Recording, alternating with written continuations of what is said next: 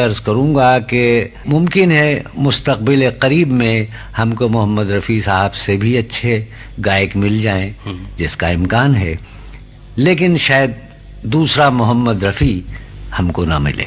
रफ़ी साहब बहुत सीधे आदमी थे, उनके मन में कोई छल कपट नहीं था, बात बहुत कम करते थे। जब कभी मिलते थे तो 2-4 शब्द बोल के चुप हो जाते थे। रफ़ी साहब की एक बात खास थी कि बहुत शरीफ आदमी।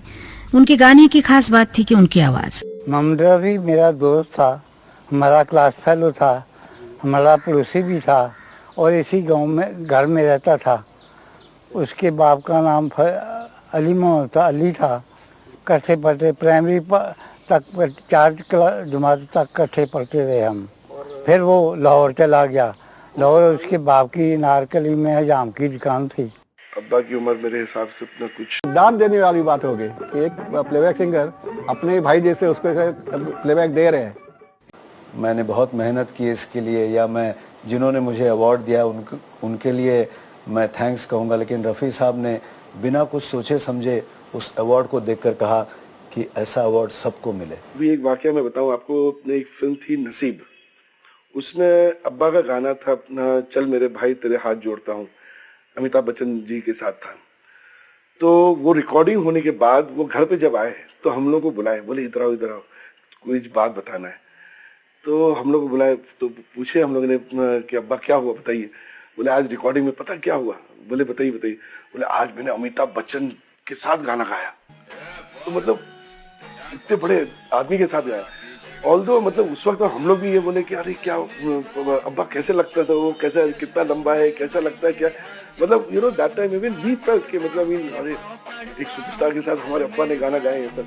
We ourselves did not know, like our father, मतलब हमारे अब्बा खुद इतने बड़े सुपरस्टार हैं अपने। अगर अनबन उनकी हो भी गई, और 2 मैं इंस्टेंसेस आपको दूंगा, 2 बार ये हुआ था कि 2 बहुत बड़े लोगों से कुछ थोड़ी सी अनबन हो गई थी, लेकिन उसमें रफ़ी साहब का कोई कसूर नहीं था और ना ही उनका दिमाग गर्म हुआ या कुछ उल्टी सीधी बात हुई।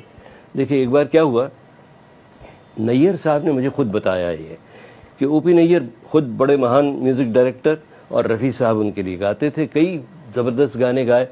एक बार क्या हुआ कि अपनी रिकॉर्डिंग फिक्स थी और नैयर साहब इंतज़ार कर रहे थे रफ़ी साहब का।